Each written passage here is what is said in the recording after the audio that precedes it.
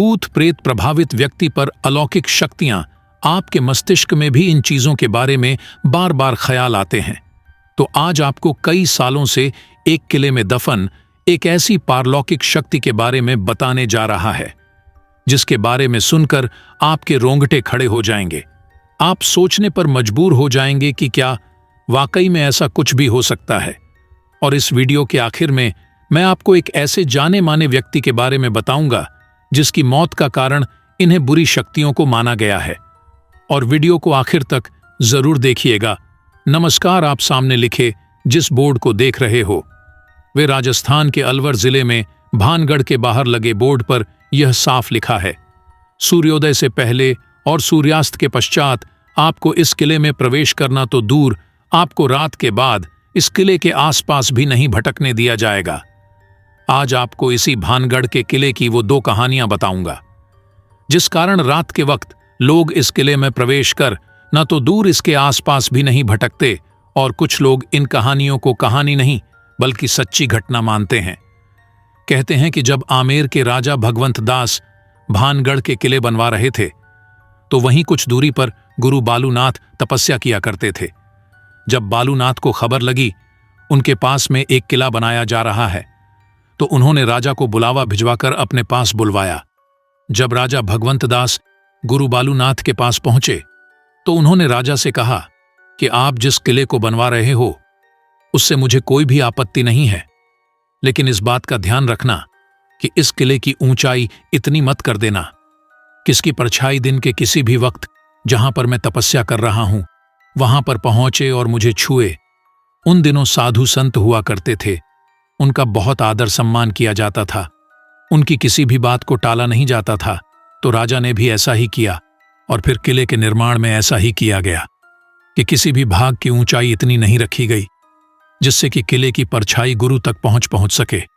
इस बात का ख्याल अगली 2 पीढ़ियों से रखा गया, लेकिन उसके बाद जब तीसरी पीढ़ी ने भानगढ़ की गद्दी संभाली तो उन्होंने इस बात को गंभीरता से न लेते हुए गुरुनाथ की चेतावनी को अनसुना कर दिया और उन्होंने कुछ स्थानों का पुनर्निर्माण करवाकर किले को और ऊंचा करवा दिया।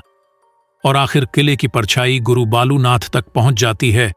और जब यह परछाई बालूनाथ की तपस्या वाले स्थान पर पहुंची तो बालूनाथ को इतना गुस्सा आया कि उन्होंने यह श्राप दे दिया कि भानगढ़ तबाह हो जाएगा।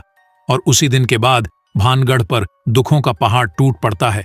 और यह भी कहा जाता है कि 1783 जो भयंकर अकाल आया था जिसमें मरने वालों का आंकड़ा करोड़ों में था, वह काल गुरु बालूनाथ के श्राप की वजह से आया था। और आज तक यहाँ की श्राप का असर देखने को मिलता है, जिस कारण से लोग इस किले में रहना तो दूर इसके आसपास भी नहीं भटकना चाहते। लेकिन दूसरी कहानी है उस राजकुमार की कहानी है जिस पर लोगों को सबसे ज्यादा विश्वास है। और इसको खौफनाक कहानी के कारण ही लोग उस किले को भुतहा शैतानी किला कहते हैं। जबकि किला खुशहाल था तब यहां पर एक राजकुमारी रहा करती थी जिसका नाम था रत्नावती। राजकुमारी रत्नावती बेहद खूबसूरत थी। राजकुमार की खूबसूरती के चर्चे दूर दूर तक फैले हुए थे। इस कारण हर दिन अलग अलग राजाओं के शादी के संदेश राजकुमारी के पास आया करते थे। लेकिन इन राजाओं के अलावा एक और शख्स था जिसकी नजर थी राजकुमारी रत्नावती पर थी। उसका नाम था सिंधिया, जो एक तांत्रिक था।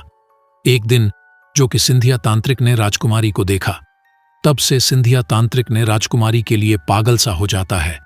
सिंधिया तांत्रिक राजकुमारी को पाना चाहता था, लेकिन सिंधिया तांत्रिक जानता था कि वह सीधे तरीके से राजकुमारी को नहीं पा सकता था, क्योंकि कहाँ श्मशान में रहने वाला सिंधिया और कहाँ महलों में रहने वाली राजकुमारी रत्नावती। तो सिंधिया तांत्रिक ने राजकुमारी को पाने के लिए एक ऐसा तरीका अपनाया जिसने उस क्षेत्र का नाश कर दिया। भानगढ़ के इस किले में उन दिनों बाजार लगता था। तो एक दिन राजकुमारी की दासी इसी बाजार में राजकुमारी के लिए तेल लेने आई।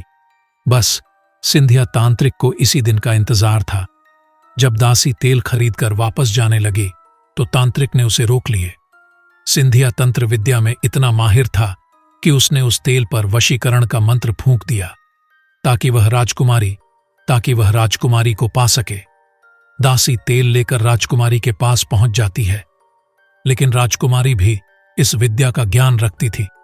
उसने जैसे ही तेल को देखा वैसी उसे शक हो गया कि इस पर किसी ने तंत्र मंत्र किया है। फिर राजकुमारी ने अपनी दासी से पूछा कि तुम्हें बाजार में को मिला था।